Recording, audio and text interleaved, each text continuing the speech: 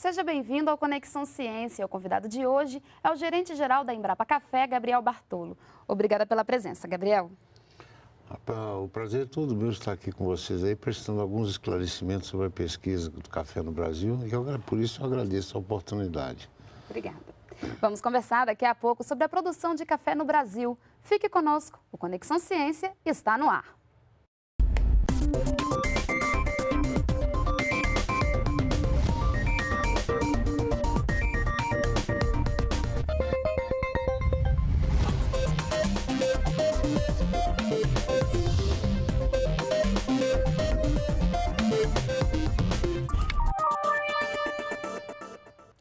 O Brasil é o maior produtor e exportador de café do mundo. As condições geográficas e de clima do país favorecem a produção e a pesquisa tem sido uma forte aliada para se obter bons resultados para o agronegócio brasileiro.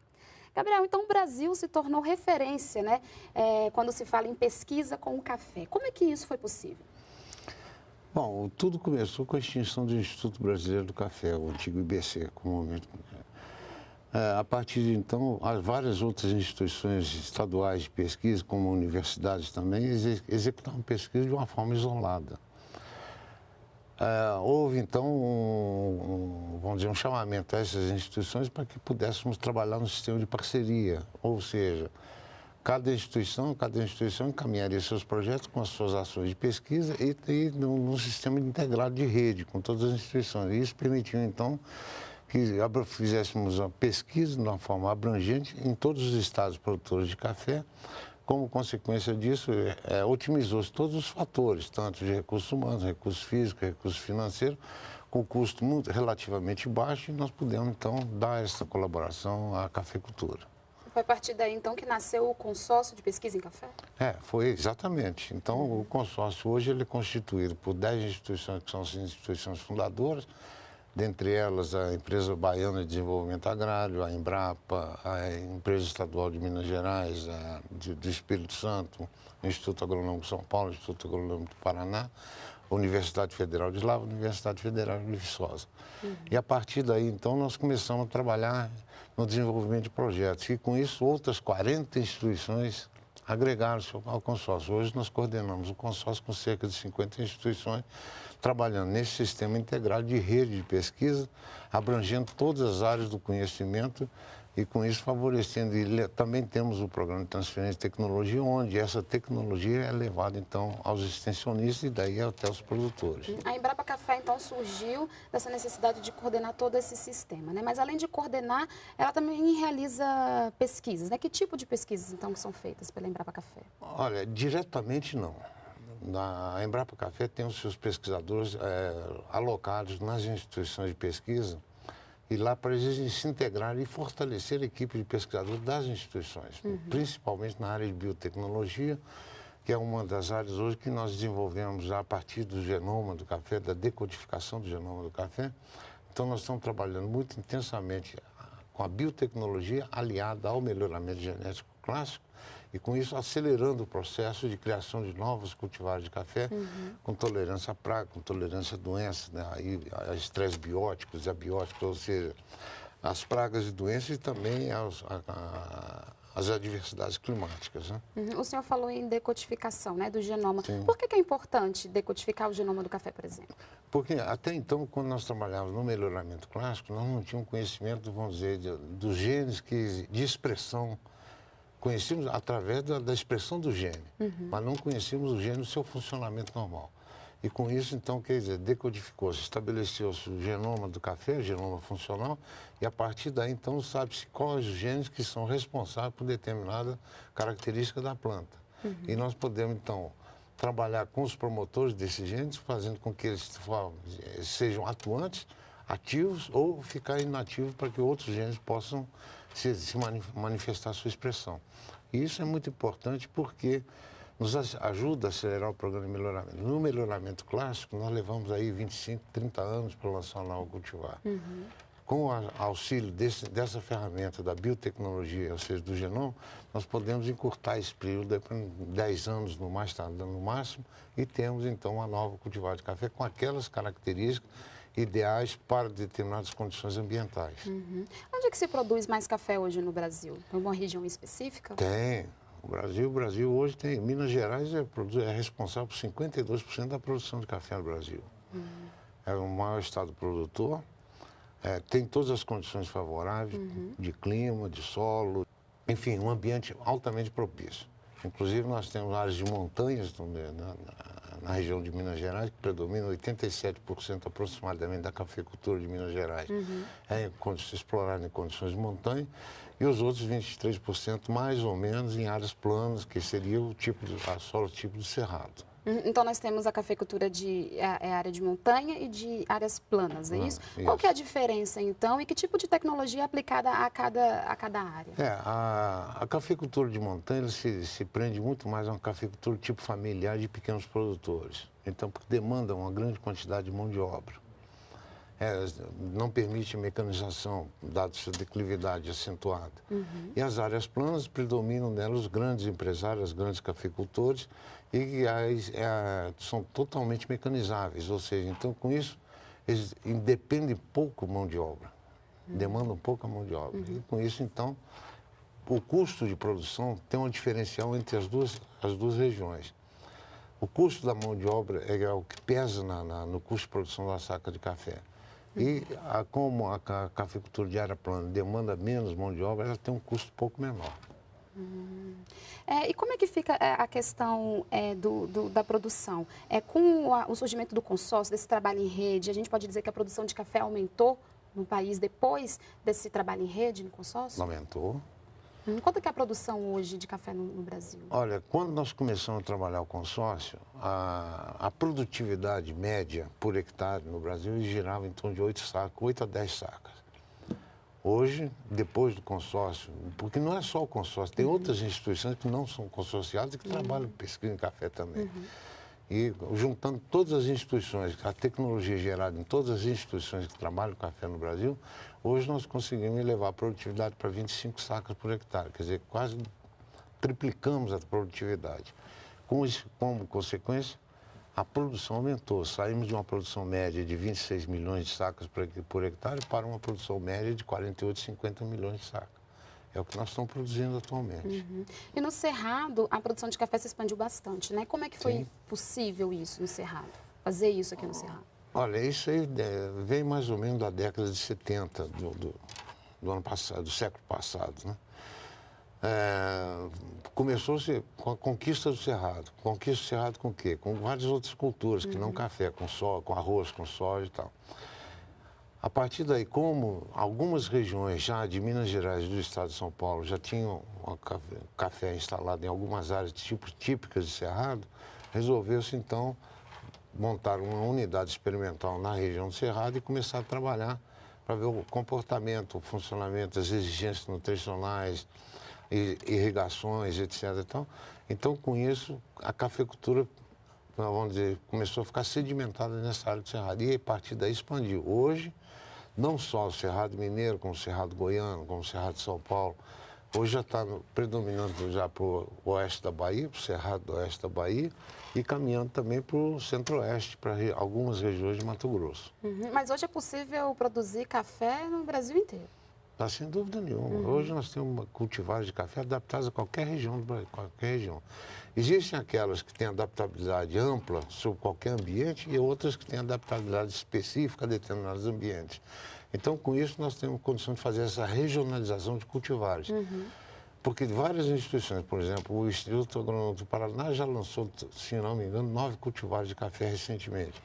A EPAMIG, empresa de pesquisa de Minas Gerais, lançou 8. O Instituto Agronômico de Campinas, 4. O que nós fizemos? Pegamos esses materiais, reunimos eles todos no ensaio regional e distribuímos esses ensaios em todo o Brasil, para que possa estudar o que se chama de adaptabilidade e estabilidade de produção. A partir daí, aquelas que se comportam bem em determinada região, elas passam a ser recomendadas para aquela região. As que se comportam bem sobre todos os ambientes, elas podem ser recomendadas em qualquer local de produção do Brasil. E as principais espécies produzidas aqui no Brasil é a arábica, né, e a conilon. Isso. Né? Qual a diferença, então, entre as duas? Olha, a diferença é a seguinte. O conilon é um café rústico, ele, em vez de ter um caule só, que nós chamamos de ramo ortotrópico, um caule só, ele é multicaule, ele produz vários caules, 3, 4 caules. É um café rústico, é mais resistente a determinadas doenças, a determinadas pragas, menos exigente em nutrientes, em nutrição, e também a sua bebida não apresenta as qualidades do arábica. É uma bebida neutra, tá certo? Com um sabor muito baixo, tá certo? E um aroma também que é menor do que o arábica. Ele serve muito bem para a indústria de café solúvel, para a indústria solúvel e para o blend com o torrado e moído, que é o arábica. O arábica já é um café que tem um monocaule, um caule só, e apresenta uma exuberância muito grande, mas hoje nós temos cultivares resistentes a doenças e a pragas, mas até então eram cultivares suscetíveis a pragas e doenças, então era muito atacada por doenças e pragas. Mas, em compensação, é bebida de altíssima qualidade. Ela tem aroma, tem sabor, tem doçura natural, tem todas as características favoráveis para um café especial, um café de fino. Uhum. Dependendo da região e das condições climáticas, você faz o café fica bom ou fica ruim. E qual é o mais consumido? Quem tem apelo maior, né, no mercado consumidor? Tem algum específico? Olha, o arábica. O robusto, como eu disse, ele entra na composição da mistura com coisa da ordem de 30%. É tolerável até 30%, é misturado 30% do robusto com 70% do arábica para torrefação. Uma vez feito esse café, ele é então colocado no mercado sobre vários tipos de café. Então nós temos o café tradicional, o superior e o gourmet. Uhum. O tradicional é o café onde é mais barato, tá certo? E o superior já é um café melhor, mais encorpado. E o gourmet são esses cafés finos, cafés especiais, com todas as características saborosas do café. E um pouquinho mais caro também, né? É, relativamente mais caro, porque o consumidor de classe mais abastada do Brasil estão se tornando cada vez mais exigentes. Então, quer dizer, em termos de qualidade. Então, eles apreciam um bom café. E quem não aprecia?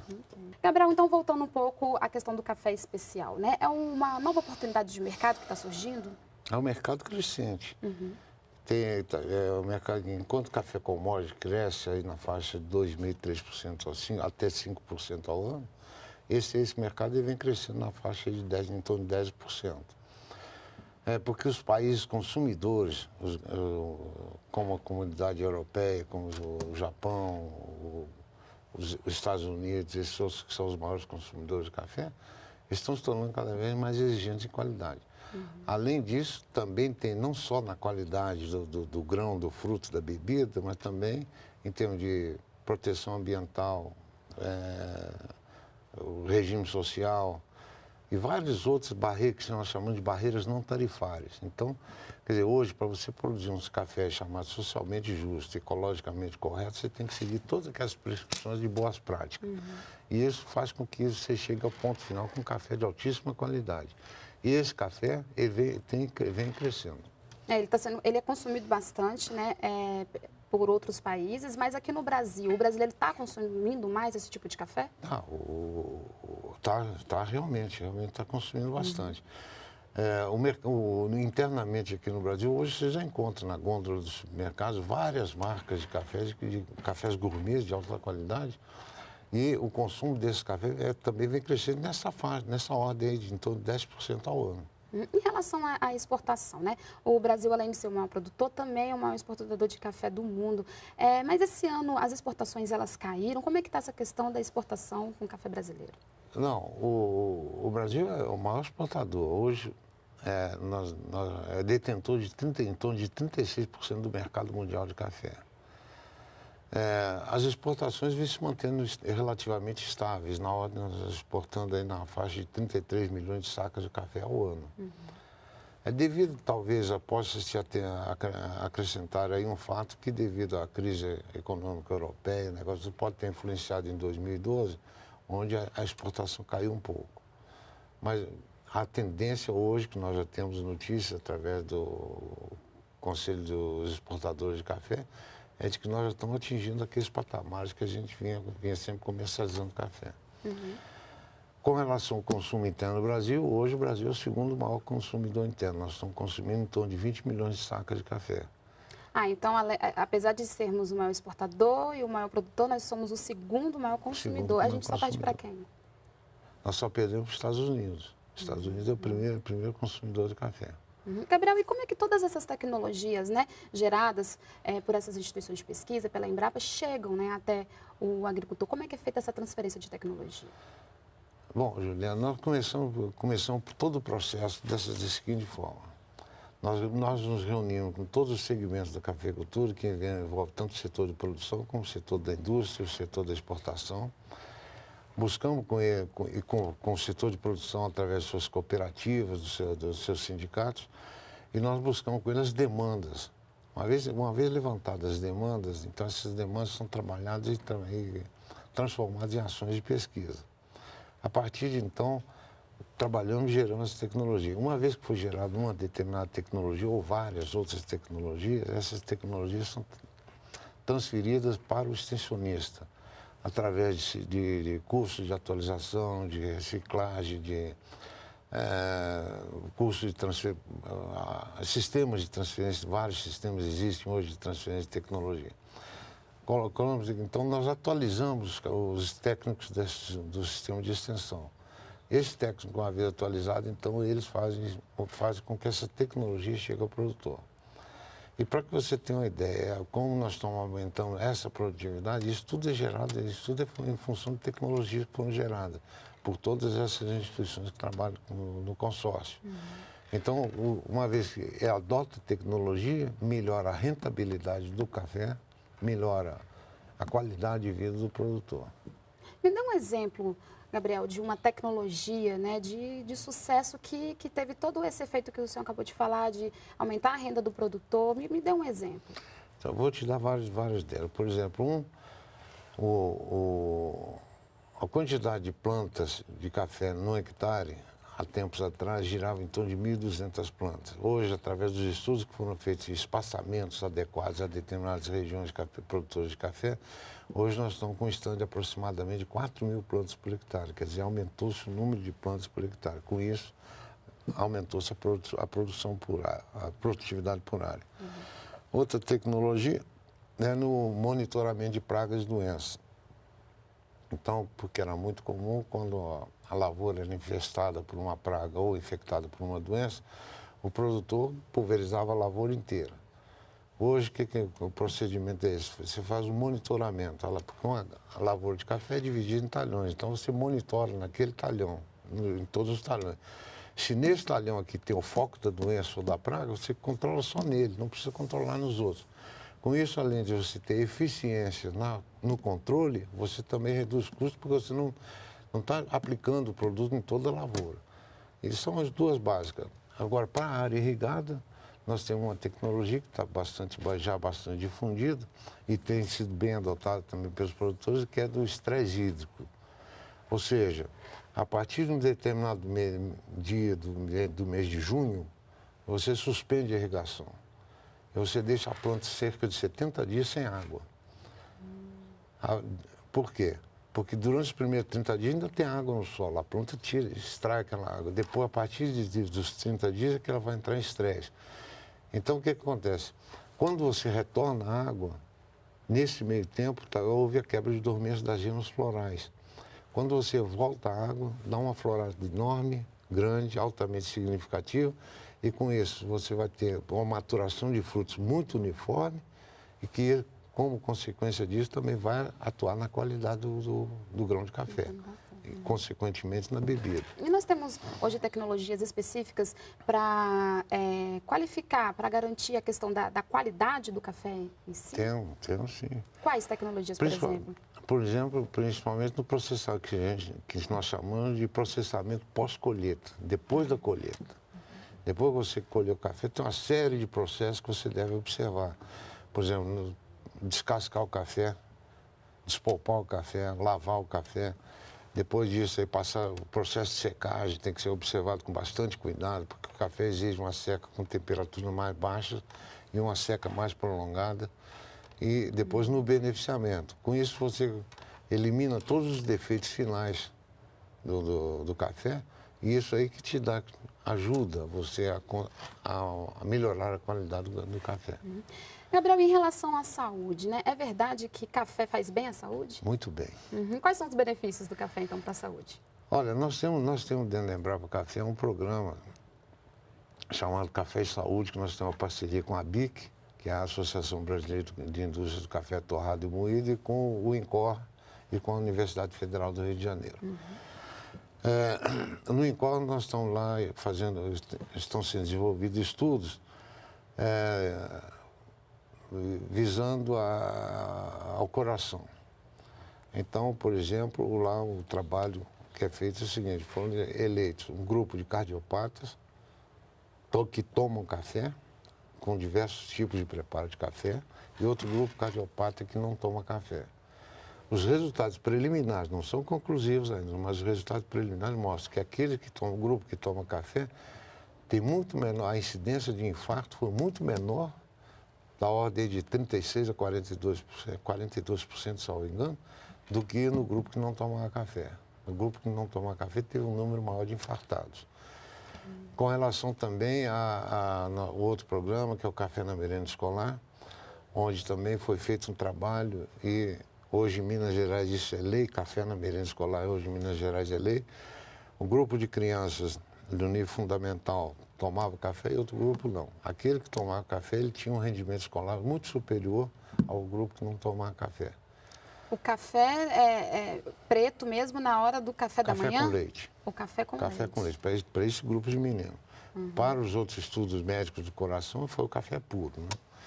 Também tem outro trabalho que está sendo feito, também desenvolvido pela Universidade Federal, são os elementos antioxidantes do café, que vão combater os radicais livres que existem em liberdade pelo nosso corpo, né? Então quer dizer que é mito isso de dizer que a pessoa que tem problema de coração não pode tomar café? Não, pode tomar café, desde que em doses adequadas, né? Não pode exagerar. E em relação à questão da merenda escolar, ficou comprovado que o café ele ajuda na concentração das crianças em idade escolar, é isso? Isso, exatamente. Foi feito um estudo dessa natureza pelo Dr. Darcy Lima. Ele fez esse trabalho e ficou comprovado. Tanto é que, após publicar os resultados disso aí, Minas Gerais, o estado de Minas Gerais, já adotou isso. E aí foi feito um projeto de lei que foi aprovado pelo governo de Minas Gerais e hoje é lei. As escolas públicas têm que fornecer o café na merenda escolar. Gabriel, então, assim, para o futuro, né? Considerando aí as mudanças climáticas, alterações do clima, como é que fica a questão da produção do café, considerando todos esses fatores para o nosso futuro? Olha, é uma preocupação relativa, tá certo? Porque já se vem trabalhando há bastante tempo com relação ao desenvolvimento de variedades ou cultivares de café que sejam tolerantes a altas temperaturas. Porque com relação às mudanças climáticas, o ponto principal que é focado é a elevação de temperatura, tá certo? Então, porque o café arábica ele exige um clima ameno, uma temperatura mais amena e tal. Então, nós estamos trabalhando isso no sentido de desenvolver cultivares ou encontrar cultivares que sejam tolerantes a altas temperaturas mais elevadas. E também vários outros meios, como o próprio manejo de mato entre linha do café, você cria microambientes internos ali dentro que amenizam a temperatura, você tem o sombreamento, você tem irrigação. Então, tem várias tecnologias que já estão sendo trabalhadas que possam vir a mitigar ou amenizar esse problema. Traz preocupações, sim, porque nós percebemos, isso é percebido todo, que não é tanto a temperatura máxima que está sendo elevada, é a temperatura mínima que é a mais preocupante, porque o café precisa de uma amplitude térmica, e essa amplitude térmica vem sendo reduzida. Quer dizer, nós temos café plantado em região arábica, plantado em regiões de alta temperatura, como aqui em Pirapora, Minas Gerais. O que acontece? O fruto ele passa praticamente do estágio de maturação verde cana, já com a maturação fisiológica completa, ele passa para um estágio seco. Ele não tem aquela fase de transição do café cereja, que tem aquela maturação lenta. Então ele acelera, com isso diminui a qualidade. Produzir café em temperaturas elevadas vai se produzir sempre. Agora, a qualidade do café pode ser que fique comprometida. Ok, Gabriel, infelizmente nosso tempo acabou. Muito Bom. obrigada pela entrevista e até uma próxima oportunidade. Pois não, eu que agradeço mais uma vez a oportunidade. Estamos lá no Embrapa Café às ordens para qualquer outro tipo de informação necessária. Ok, obrigada. De nada. E o Conexão Ciência fica por aqui. Você pode conferir os dias e horários das reprises na página da EBC ou da Embrapa na internet. Assista ao programa também no canal da NBR no YouTube. Obrigada pela companhia e até a próxima semana.